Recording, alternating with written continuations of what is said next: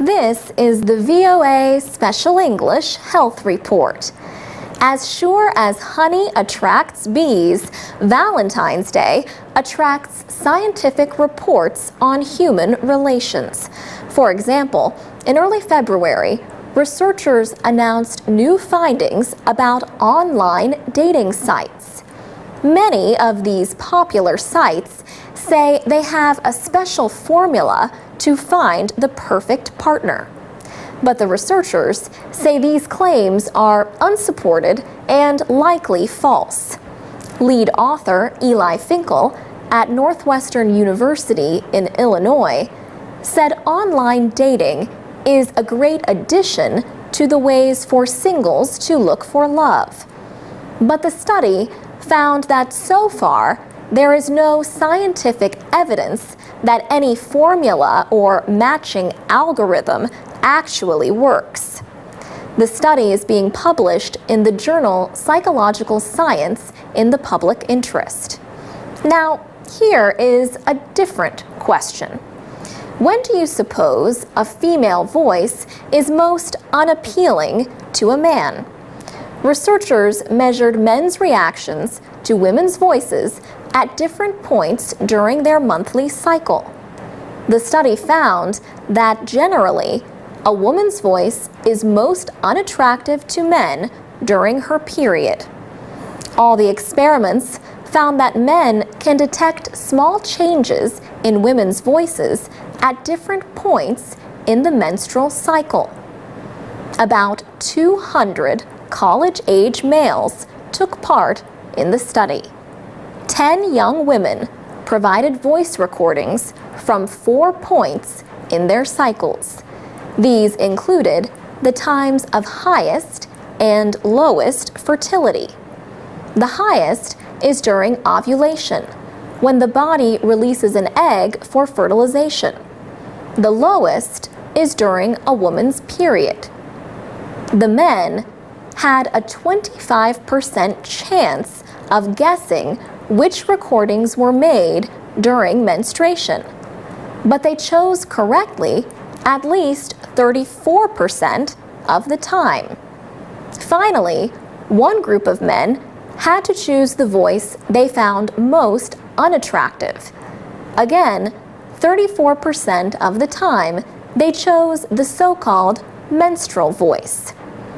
Nathan Pipitone of Adams State College in Colorado led the study published in the journal Ethology.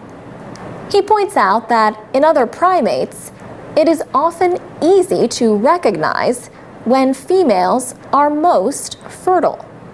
But in humans, the effects of hormonal changes are often difficult to recognize. Dr. Pipitone says evolution may have reduced the effects in humans in order to support relationships with just one partner.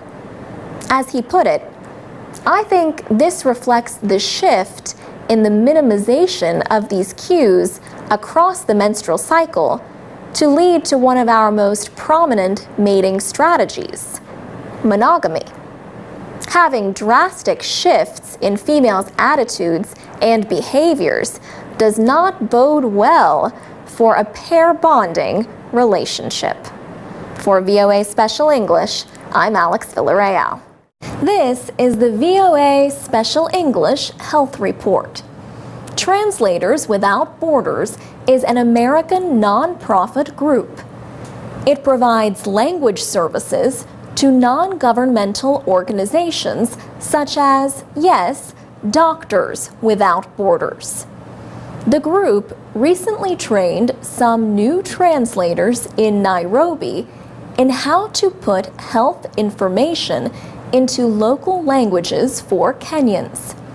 For health translators, finding the right words is not just about language, but also culture. Muthoni Kishohi is a manager for Family Health Options Kenya, the group that organized the training. She says she has no problem expressing the names of body parts in English. But as a Kikuyu, She says there are some words in her first language that may be provocative if she said them in public. She says she often has to change the wording of the information. Trainer Paul Walrambo says the same issue arises with Kenya's national language. He says people are sometimes forced to use euphemisms, speaking in a language that is more acceptable to the listener. The culture of a community will largely decide how words and expressions are translated into socially acceptable language. In some cases, the way people in a culture think about an activity or object becomes the translated name for that activity or object. For example, Paul Warambo says that in Kiswahili, the common translation for the term sexual intercourse is to do something bad. Whether or not a community will accept or even listen to a message is especially important in healthcare. Lori Thicke co-founded Translators Without Borders in 1993. She says, in general, a lot of development organizations have often overlooked the importance of language in changing health behavior.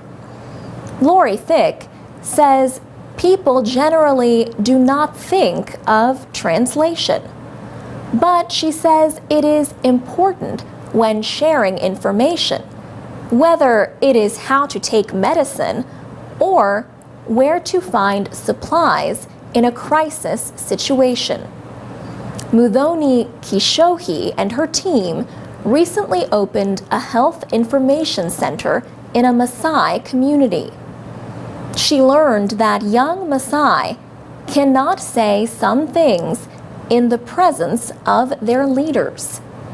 Also, men are usually the ones who speak at public gatherings, so people might not accept a message given by a woman. For VOA Special English, I'm Alex Villarreal. You can find more stories about health at voaspecialenglish.com.